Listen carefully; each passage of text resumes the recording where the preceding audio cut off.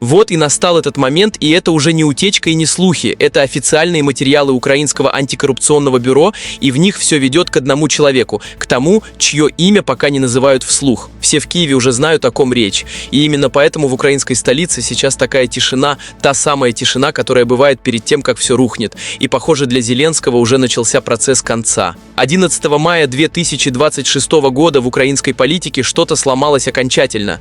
Вечером того дня детективы НАБУ и прокуроры САП вышли на Андрея Ермака, человека, который долгое время был правой рукой Зеленского, его главным переговорщиком, его тенью. Прокурор вручил ему обвинение, после этого обыски. Официальное сообщение антикоррупционных органов было сухим и беспощадным. Организованная группа легализовала 500 миллиона гривен через строительство элитной недвижимости под Киевом. Ермак – один из участников. Подозрение предъявлено. Всех приветствую, поддержите наш канал лайком, напишите свой комментарий и обязательно нажми на хайп. Заранее спасибо и продолжаем. Ермак молчал, Зеленский тоже молчал, но молчание в политике – это тоже ответ. Чтобы понять масштаб происходящего, нужно вернуться назад, в ноябрь прошлого года, когда НАБУ запустила операцию «Мидас». Тогда стало известно о прослушке квартиры Тимура Миндича, бизнесмена, которого украинские журналисты годами называли личным кошельком Зеленского.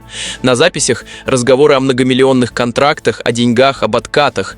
Скандал накрыл сразу нескольких высокопоставленных чиновников, полетели головы. Министр энергетики Галущенко, министр юстиции и, наконец, сам Ермак написал заявление об отставке. Зеленский каждый раз выходил с одной и той же фразой: он не знал. Происходящее – дело рук других людей, страна продолжает работать.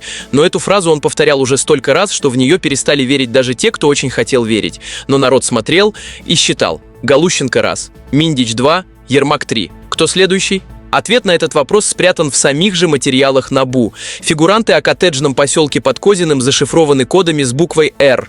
Расшифровка идет методично. Р2 – Ермак, Р3 – Миндич, Р4 – Алексей Чернышов, бывший министр национального единства. Люди из самого ближнего доверенного круга. Люди, которые годами сидели рядом с одним человеком, принимали решения, подписывали документы, делили ответственность. И тогда назревает вопрос, который уже невозможно проигнорировать. Кто Р1? На пленках НАБУ есть эпизод, который многое объясняет. Март 2022 года. Чернышов звонит подрядчикам и требует ускорить строительство коттеджей со ссылкой на прямые указания шефа. Торопит, давит, настаивает. Украинские СМИ несколько лет назад писали открытым текстом. Чернышов строил этот поселок для 4 человек. Для себя, для Миндича, для Ермака и для Зеленского.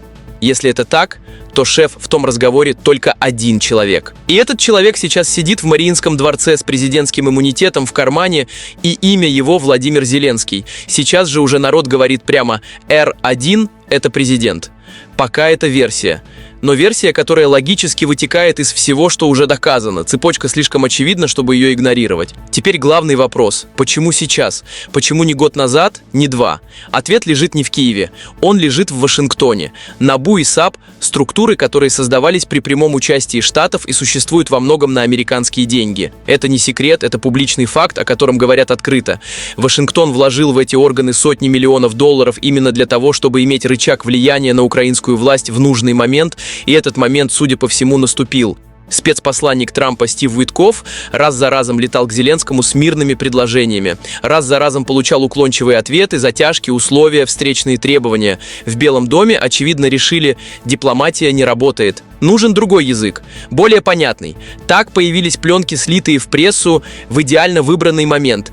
Так начались отставки. Так пришли обыски к Ермаку. Это не хаос и не случайность. Это хирургия. Последовательная, точная, хладнокровная. Пленки – это не журналистское расследование. Это сигнал. Обыски у Ермака – это не правосудие. Это давление. Аналитики говорят открыто. Процесс управляемого устранения Зеленского запущен. И ведут его не враги, ведут его те, кто платит его счета и поставляет оружие. Те, без кого он не продержался бы и месяца. Именно это делает ситуацию по-настоящему опасной для него, потому что против такого давления нет защиты. Нельзя объявить врагом того, кто тебя кормит. Зеленский это понимает. Именно поэтому он держится за кресло с такой судорожной силой, потому что президентский иммунитет – это сейчас не политический статус. Это единственное, что находится между ним и уголовным делом. В тот день, когда он перестанет быть президентом, код R1 получит имя и фамилию, и тогда все, что сейчас зашифровано буквами и цифрами, станет протоколом допроса.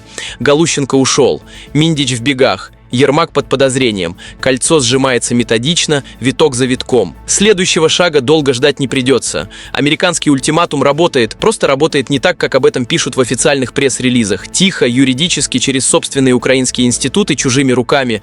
И это, пожалуй, самое страшное для Зеленского. Его топят его же союзники, его же руками. И выхода из этой ловушки пока не видно ни одного. Вот такая вот новость, друзья. Что вы думаете по этому поводу? Напишите в комментариях, мне будет очень интересно это почитать. Не забывайте подписываться и ставить лайки. Скоро увидимся. Всем пока.